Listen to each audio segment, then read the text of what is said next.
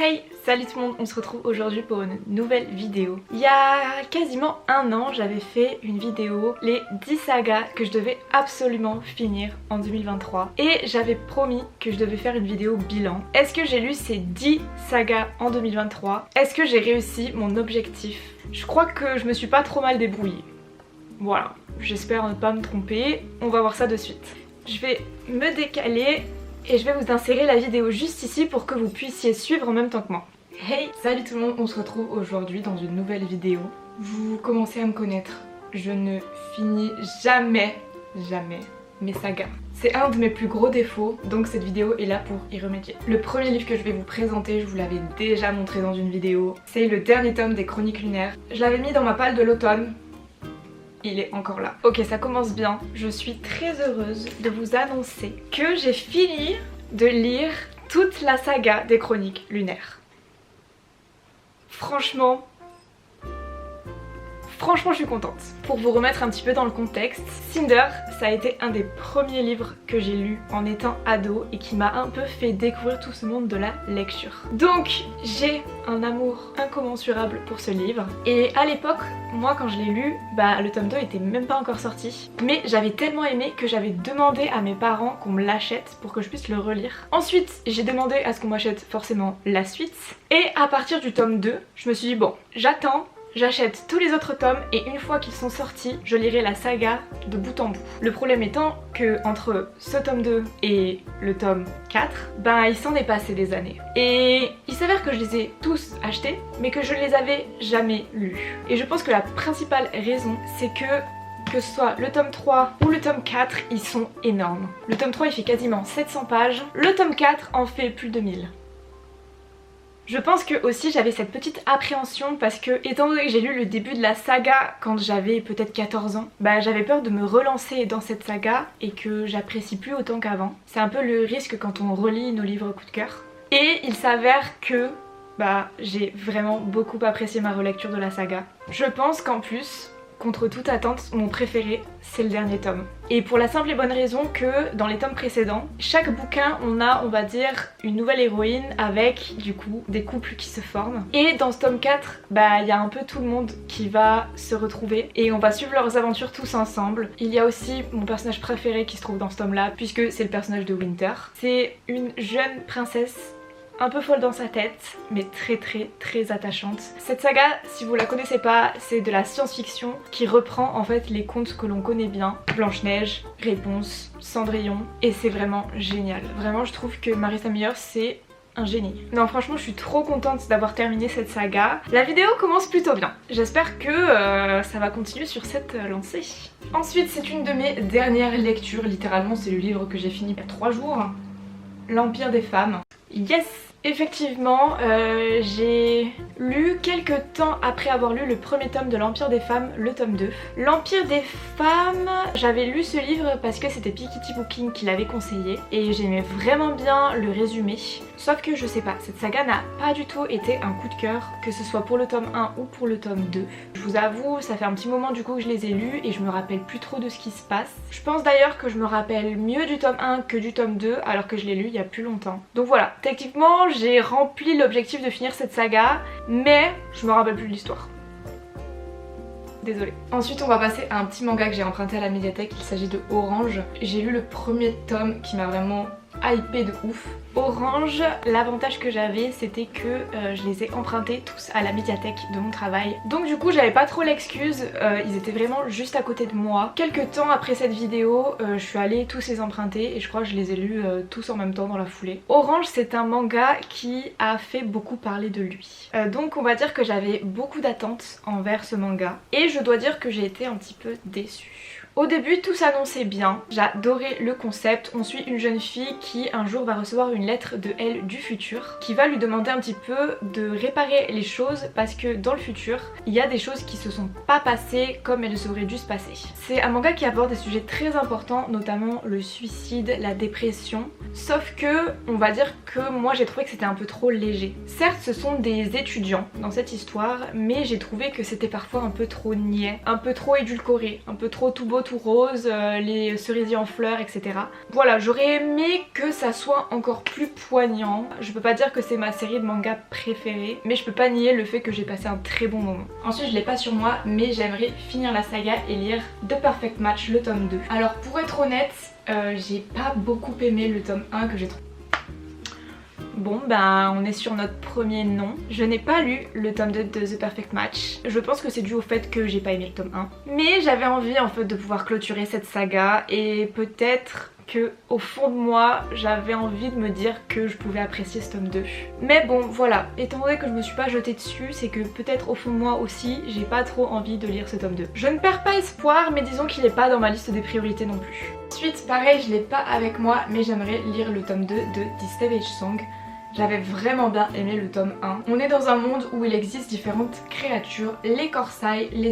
Bah celui-là non plus je l'ai pas lu. Par contre celui-là, très bonne lecture, j'ai adoré. Sachant que j'ai eu quelques déceptions avec V. Schwab, j'ai l'impression que V. Schwab c'est un peu tout l'un ou tout l'autre. Soit j'adore, soit je déteste. Et celui-là, je l'ai adoré. Franchement il était trop bien. J'ai trouvé que le personnage d'Auguste était très attendrissant. Pour tout vous avouer, je prépare une vidéo où je vous parle un peu plus des livres que j'ai lus de V. Schwab et du coup moi de mes préférés, ceux que j'ai moins aimés, voilà. Je trouve que ça pourrait être cool. Mais du coup il faut que je lise tous les livres de cette personne. Ça peut être dans très longtemps. Non franchement celui-là je le mets dans ma liste des livres à lire en 2024. Voilà. On est déjà en mars mais ça va le faire. J'ai oublié de préciser, si jamais vous voulez des résumés de ces livres, n'hésitez pas à aller voir ma vidéo du coup d'il y a presque un an. Parce que j'en parlais un peu plus longuement, voilà, je prenais un peu plus le temps de vous parler de l'histoire en elle-même. Alors que là je vais plutôt vous dire pourquoi je l'ai pas lu ou pourquoi je l'ai lu, qu'est-ce que j'ai aimé, etc. Une autre saga que je dois continuer est Shelter Me de Tairé ma fille. Alors j'avais lu le tome 1 en français. Je sais même pas pourquoi j'ai mis Shelter Me dans cette liste. Parce que je pense qu'au fond de moi je savais que je n'allais pas le lire. Surtout que je crois que dans cette vidéo je dis que j'ai envie de le lire en anglais. Ce n'est absolument pas dans mes projets du tout. Éventuellement si je dois lire la suite de Shelter Me, je pense que ça sera en français. Tout simplement parce que j'ai pas envie de me prendre la tête. Voilà. C'est tout. Ensuite on passe à un petit manga qui s'appelle IM de Great Priest Imhotep. J'adore ce manga, vraiment pépite. Vas-y, ça commençait bien au début et j'avais grave terminé les sagas et là c'est la dégringolade. Pour Im, je crois que c'est une malédiction. Je me suis arrêtée au tome 6. Comme la dernière fois que j'ai commencé à relire ce manga. Pourtant j'adore vraiment, l'humour est super, ça parle d'amitié, deux amis qui étaient auparavant inséparables et qui maintenant veulent s'entretuer.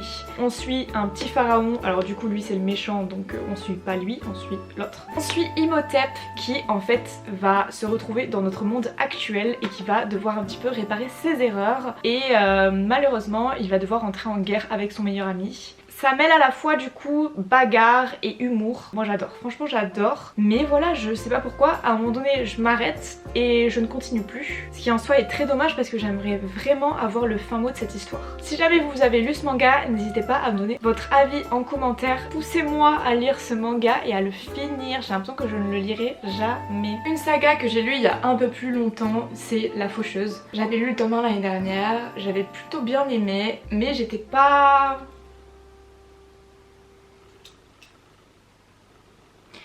J'ai pas lu la suite de La Faucheuse. Bon bah on va arrêter cette vidéo ici hein, je crois. Je n'ai rien à dire pour ma défense donc on va passer au livre suivant. Il faut que je continue aussi Inheritance Game. J'ai lu les 2 premiers tomes à la suite. Littéralement j'ai jamais lu une saga aussi rapidement. Et il faut que je...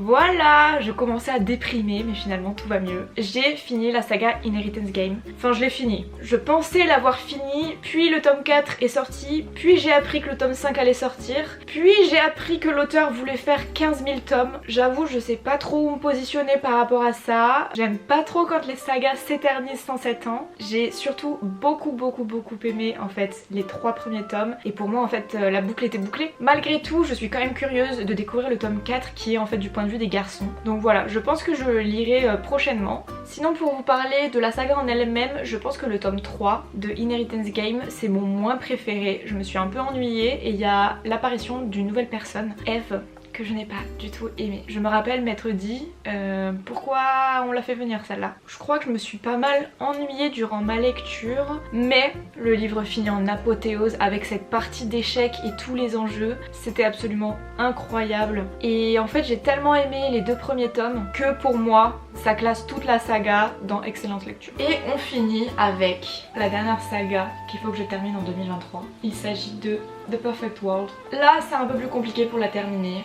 Je vous explique. Yes, j'ai fini aussi la saga de manga Perfect World. J'ai adoré, c'était vraiment génial. J'ai eu la chance du coup que ma meilleure amie me les prête.